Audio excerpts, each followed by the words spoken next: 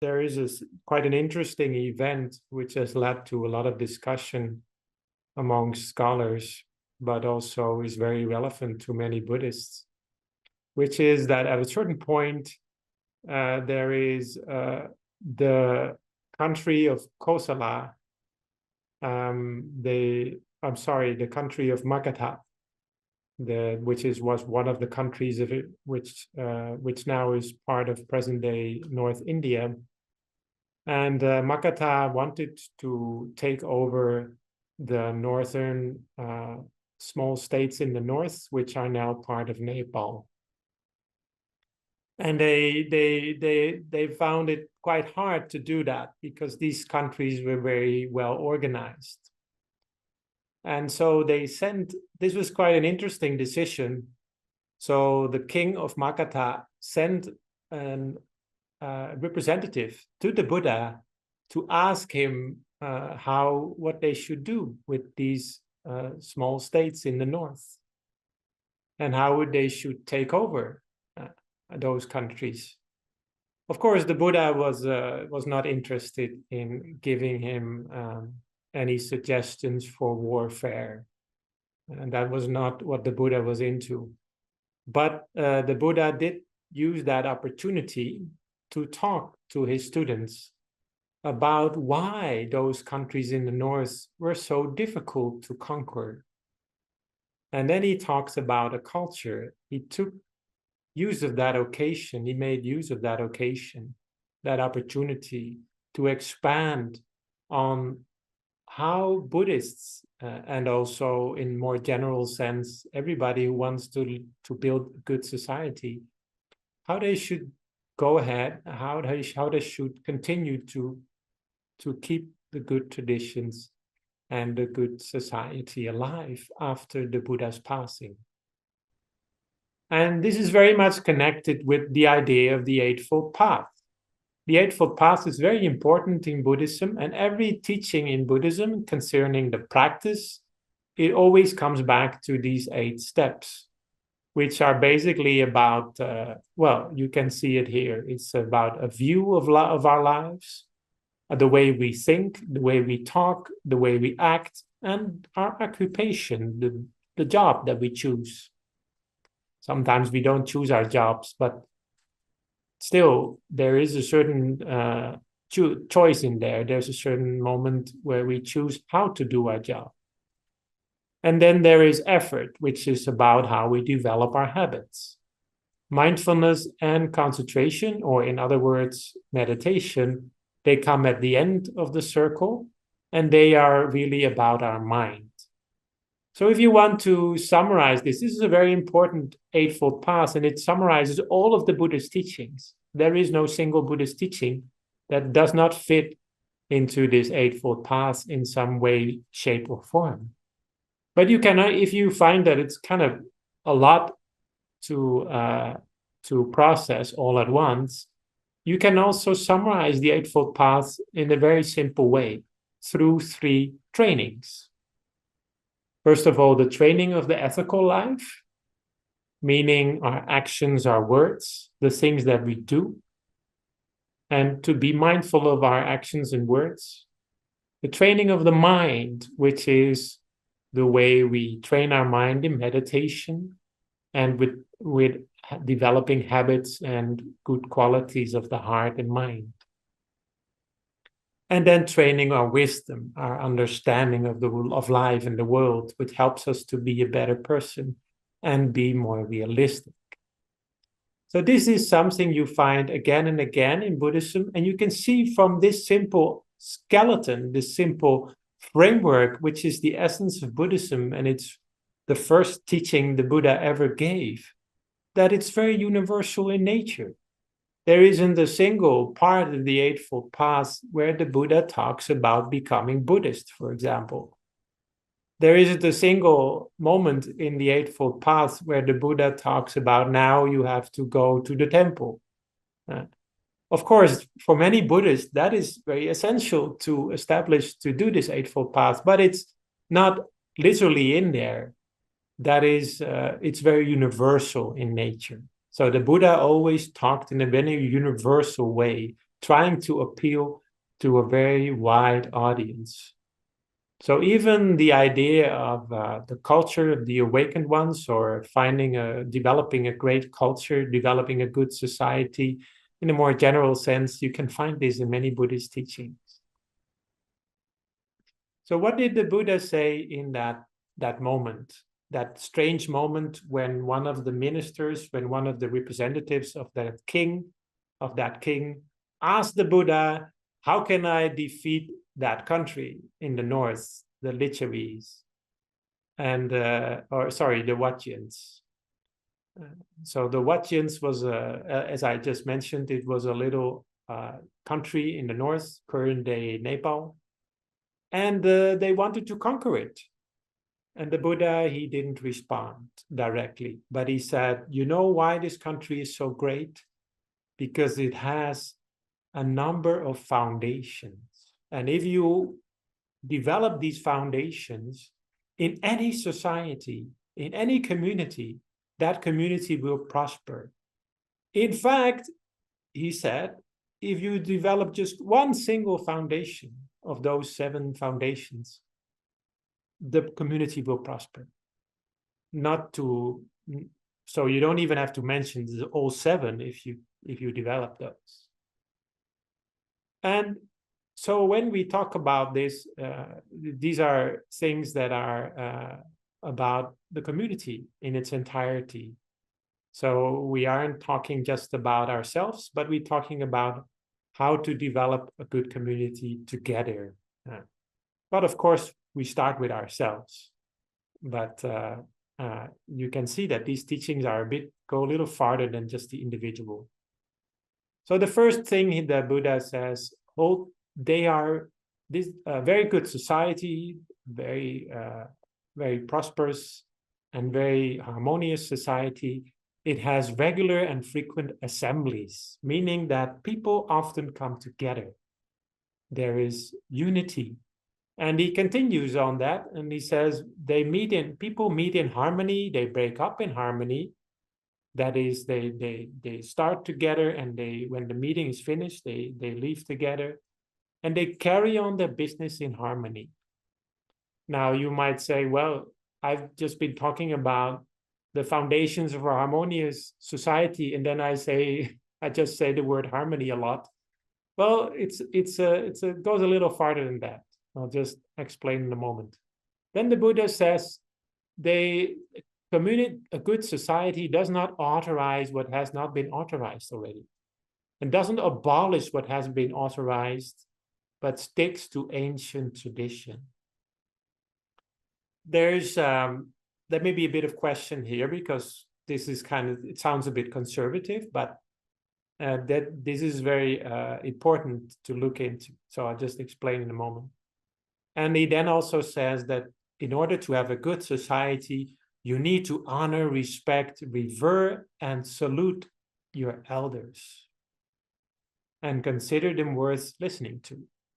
In fact, there was I think it was a philosopher who said that the value of any society is right there in how we take care of our elders, how we take care of the older people.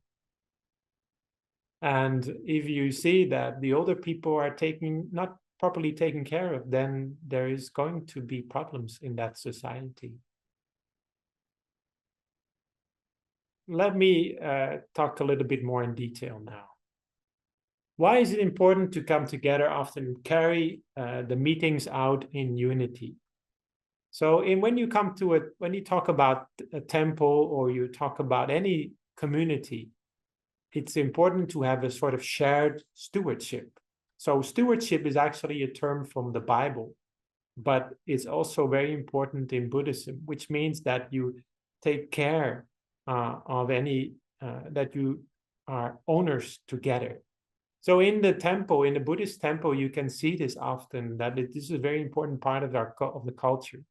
For example, Kunyai, you remember Kunyai, right? The nun who founded our temple in Thailand. She would often say that everybody should feel they have part in the Buddhist temple. She said, everybody who comes to temple should be like a sort of employee, or should be like, not an employee, what is the word? Should be like a sort of part of the staff. That was what she said. Part of the staff. So even if people are just very new to the temple, then there should be a process of trying to get everybody involved. So if you go to our temple in Thailand, you would see that there are many ceremonies in which everybody has a share. So if there is any foundation piles being built for some kind of building, then everybody will work together in that ceremony, through some ceremony, to make the foundations. And this kind of examples, there are many of them. So to work together and to have a sort of shared stewardship. So this is very important. If we look at modern day politics, this is often lacking. We don't see it often. People will just be concerned with trying to eliminate the other side, whether it's left or right-wing politics. So you just see, looking at the other side of the story, you can see that in politics, people don't have this sense of stewardship so much anymore. There isn't really a sense that people want to protect and take care of society at all costs. So, not to mention the shared creativity, which might be lacking then. So this is in Buddhist temples, you see this a lot. When there is a ceremony or when there is any activity together, then everybody will contribute together. One person will do this, the other person will do that. Everybody can contribute together. And eventually this leads to a shared willingness to protect that initiative, to protect that temple, to protect that community in a good way, in a wise way. So this is very important. Now, in a country, it's the same thing. Whether you're talking about Buddhist temple or any country, it's the same thing. You have to have this shared sense of stewardship. You want to take care of the country yourself together. So when we talk about how to fix polarization, how to fix all these problems that we have in the present day, it's all about finding common ground. And what do we have in common? And there's a lot of a negative talk, especially in Europe, about nationalism.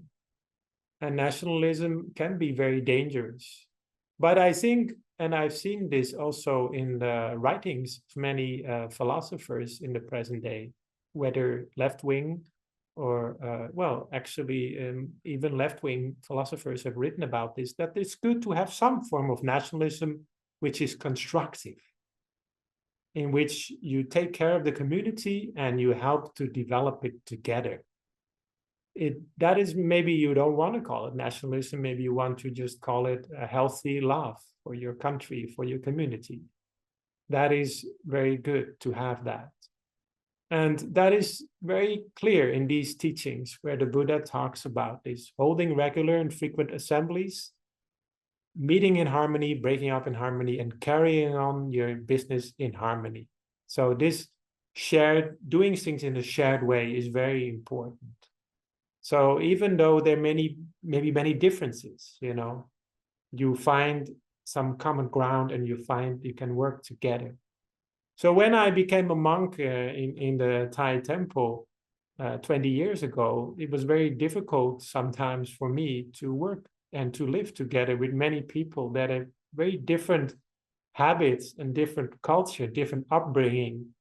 But because we have these shared ideals together, I came there believing and finding a lot of inspiration, support, and wisdom in the Buddhist teaching. So when we have this together, the color of the skin or the origins, the culture, it becomes less important. But what becomes more important is what the ideals you share together. So then talking about not to authorize what has not been authorized already. What is that about? Oh, sorry. Why do we have to stick to tradition, as the Buddha would talk about that? Why did the Buddha talk about that? Well, it's important that when you take care of the society, when you keep the community alive. You want to develop the community in its spiritual ways, but also make it a harmonious community. Then you look at all the values and norms that you already have, and you look at how can you further develop those. So do not always reinvent the wheel completely, and don't throw out your constitution. So in the Buddhist, this idea of constitution is actually not completely modern, or at least the idea of laws, and that you have something that you stick to. So in the Buddhist commentaries, it's actually mentioned, explained. This point is actually explained in exactly that way. It's said that the Vachians, the society that the Buddha was talking about, they had many laws, they had many processes, and they very much stuck to those processes. They would not, for example, if somebody was arrested and they would be brought to a judge, then there would be many processes, many laws, and many steps before somebody would be found guilty. And that may sound very modern, but it's actually literally mentioned in the Buddhist text as being a characteristic of that society. So the Buddha is basically saying these people, they stuck to the traditions, the good traditions. They didn't reinvent the wheel, and they stuck to what is important principles and Dhamma. Dhamma meaning goodness and what is right. So I think this is a very good debate that we should often have, because whether it's about politics or whether it's any part of our society, there will always be discussions about how can we make it better, but there should also be discussions about how can we keep the things that are already good. And that's why we have conservative and progressive politics. And there should be a debate between the two, not a fight. So that is not only in politics, but also in any part of society. When we stop talking to each other, then we are no longer living in harmony, and that's when things get wrong. So why do we stick to tradition? So we don't reinvent the wheel and we don't throw out our constitution. Then the Buddha, he also talks about to honor our elders. Now, this is not only elders because of age, but it also refers to elders because of experience and because of their responsibility, people who we honor. Maybe it's just because they have good character. That can also be. People who are worthy of honoring, and then we honor these people and we consider them worth listening to. We are loyal to those people. So this is very often mentioned in the Buddhist text. And actually you can see here that if I just go back one more time, you can see here there's 4 words that are mentioned here: to honor, respect, revere, and salute. And that is not a random, those are not random synonyms. They are not just a poetic list of words or something like that, but they are actually different parts of respect. So you can find this as an important part of Buddhist culture when we are dealing with people who we respect for their knowledge, their experience, or their age, or maybe their responsibilities. Then there is the aspect of showing respect and to know respect. And that when we think of the word respect, sometimes we think of something like, something we have to do, or something that we are forced on, that we have been forced to do. It has kind of a negative meaning sometimes these days, or sometimes it's like a word that we criticize other people, like that person doesn't have respect, or the youth no longer has respect, or something like that. But respect in Buddhism is mostly about a sort of awareness of other people's good qualities. And this is a very important part of it. So respect in the ancient language of India, where they use the word karu, or it comes from the word karu. Karawa comes, that is the word for respect, and it comes from the word karu, meaning heavy. It means something like you are aware, you are holding on to something. Now I'm talking about ancient Indian language, okay? Maybe it's not in the present day, it's maybe different, but this is how I was trained in the ancient Indian language. So these are 4 words that are mentioned in the Buddhist texts, and they are about different kinds of respect. There is the part where you show respect. I think in Asia, this is very much emphasized. In the West, not so much, especially since the French Revolution, we kind of threw a lot of that out of the window. But it's important to have ways that we can show respect, to have traditions and days and moments that we can show respect. And in the Buddhist tradition, there is also the custom of showing material respect by having certain objects like flowers or candles. You show respect to certain people. And even just showing respect to your elders, to your parents, is often sometimes people will bring certain objects, will bring clothes or bring flowers to their parents or something like that. Puja means showing physical respect, like many Buddhist traditions have a form of bowing or showing respect in other ways through your body. This is all very important, but it's also important to have the mental part. I think in the West, we emphasize the knowing respect a lot, and sometimes in Asia, this part is sometimes omitted or forgotten.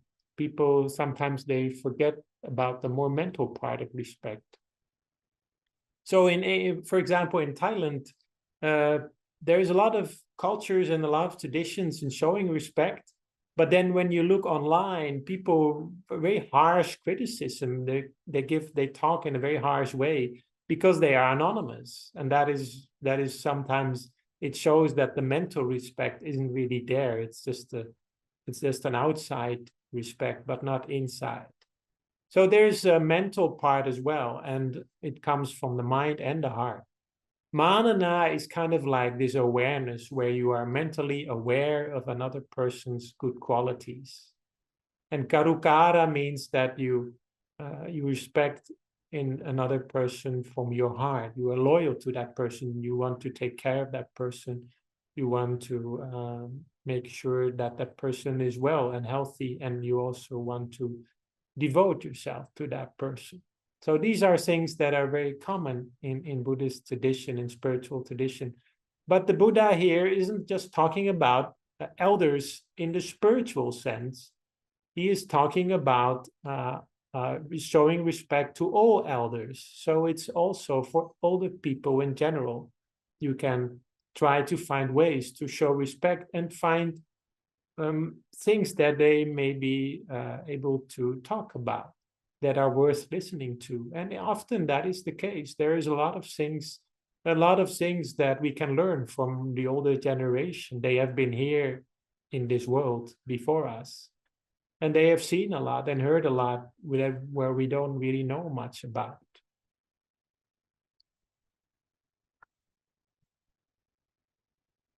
These are the last 3 of the 7 foundations of Buddhist culture. The 5th one may be a bit odd, so let me explain. The Buddha here says this part of the culture is not to forcibly abduct others' wives and daughters and compel them to live with you. Now you might say, well, that kind of makes sense. Why would you do that in the first place? But that's because in those days, it was not uncommon. That would happen sometimes. But if you look at another text in which the Buddha explains this same set of teachings to the monks, and he explains that this item is about how our mind works. Because in those days when wives and daughters were abducted, was not only showing a lack of respect for women, but it was also showing too much emphasis on political ambition. And so you kind of force women to live with you in order to connect with another family or something like that. or sometimes because you would like to fight with another family, with another clan. So this is the sort of thing that the Buddha was cautious and afraid of, that he didn't want people to victimize women in order to fulfill some sort of political ambition, or to, in other words, just not to respect women. So in this point, you can see that that the Buddha talks about how important it is to respect women in any society, and also to be not to have any hidden ambitions, or to have some sort of way that you want something in the wrong way. So then the Buddha ends with two items, and they are similar, but not quite the same. He says to honor, respect, revere, and salute. So those are the same four words again. So we can see here the words again. So that is sakara and manana and karukara, showing here the forms of respect, the ways we can show respect and no respect. But here it doesn't refer to elders, but it refers to shrines. What does he mean? Is it like a shrine, like a little shrine which you see at the side of the road with Mary or Jesus or something? This is shrine here is a bit of an odd translation. Actually, the Buddha is talking about stupas, or more generally, meditation centers or temples. In other words, it's for any society and any community to prosper, it's important to have a place where you can spiritually develop. And it's important to maintain that place. In Buddhist culture, we have a temple for several ways, for several reasons. First of all, it's a place for education, a place where the monks practice themselves and educate the community. A center of society, a center of culture. You can see this very strongly in Thailand, maybe to a lesser extent in the West, but you can still see that many Buddhist temples contribute to education, and many meditation centers think that is also very important to really contribute to the education, but it will be an education of the heart, not just of the mind.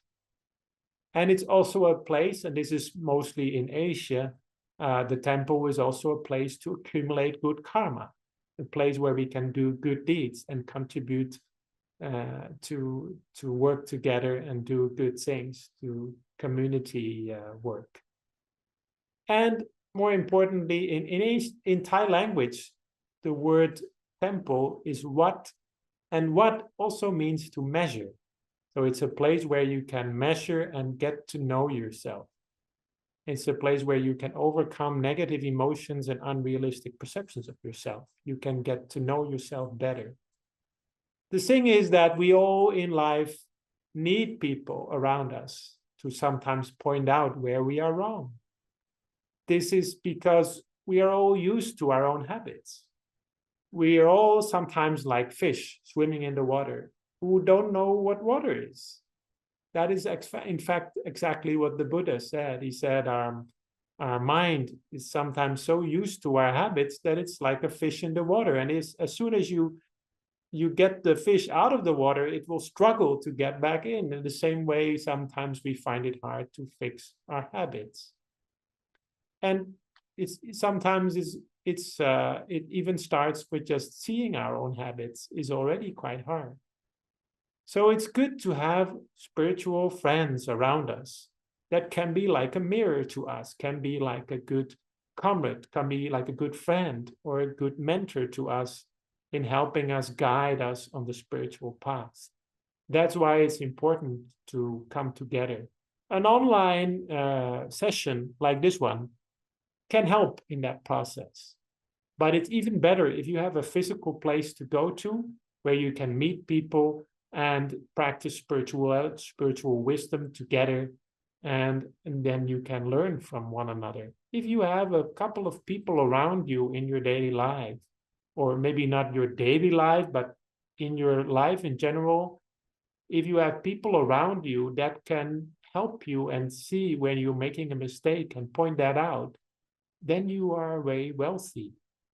Even if you are not a millionaire, you should consider yourself very wealthy, because many people in the world don't have that, don't have friends around them that can really help them forward on a spiritual path, and friends around them that dare to say when they are mistaken. So this is an important part, and that's why the Buddha said you should honor those places, those spiritual places, and honor those places where you come together. Then he says also that see to it that proper provision is made for the safety of arahants. Arahants normally means in the Buddhist text, it normally means enlightened disciples of the Buddha. But you can also see it as a more general word here, meaning good teachers, wise people that can help and contribute to society. So he says basically that if there are good teachers, then everybody should work together to give a place to those people, to make it easier for those people to live there in that community. So this is something I see very clearly in my own line of work, because I work as a secretary for this Buddhist temple in the Netherlands, where I'm calling from now. And here we can see that unlike Thailand, where it's very easy for a Buddhist monk to live, no matter where you're from, and even very easy for example, a Christian priest to live in Thailand. It's very easy to get a visa.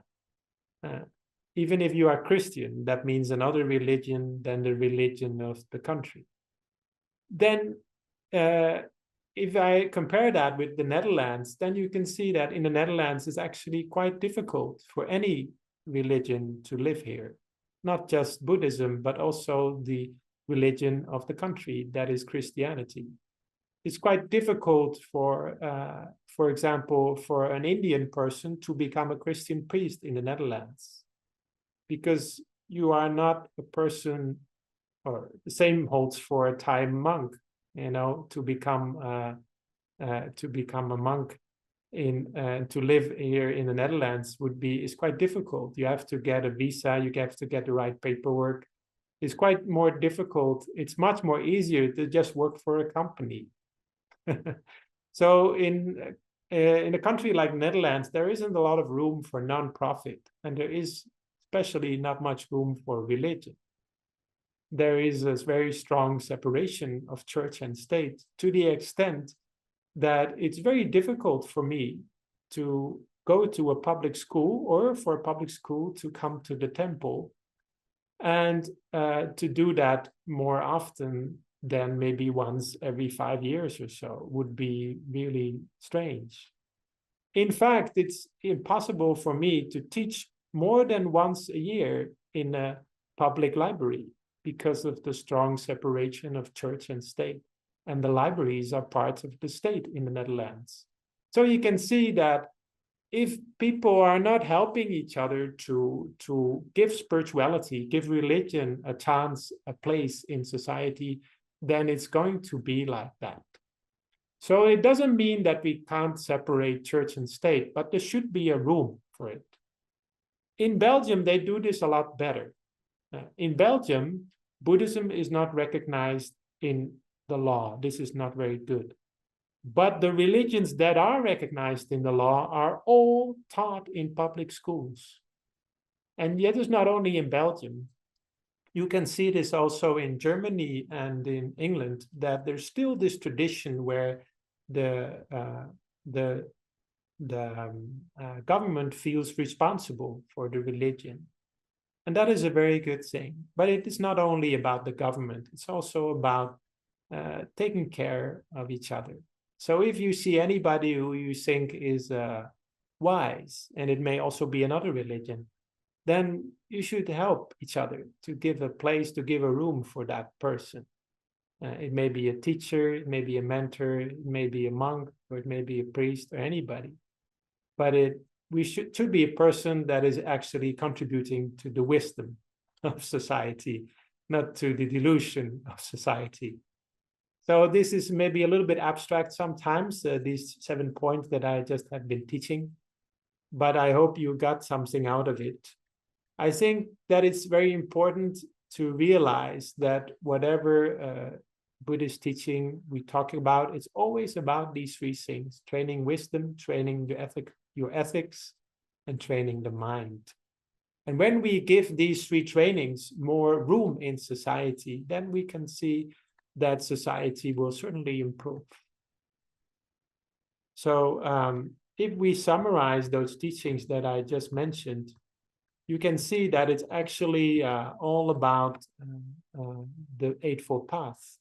The first 2 items are about developing discipline, developing ethics together. And the second 2 items are all about showing respect, developing wisdom. And then if I go to the last 3 items, then it's all about, just a moment. I think I just lost it. Oh, here it is.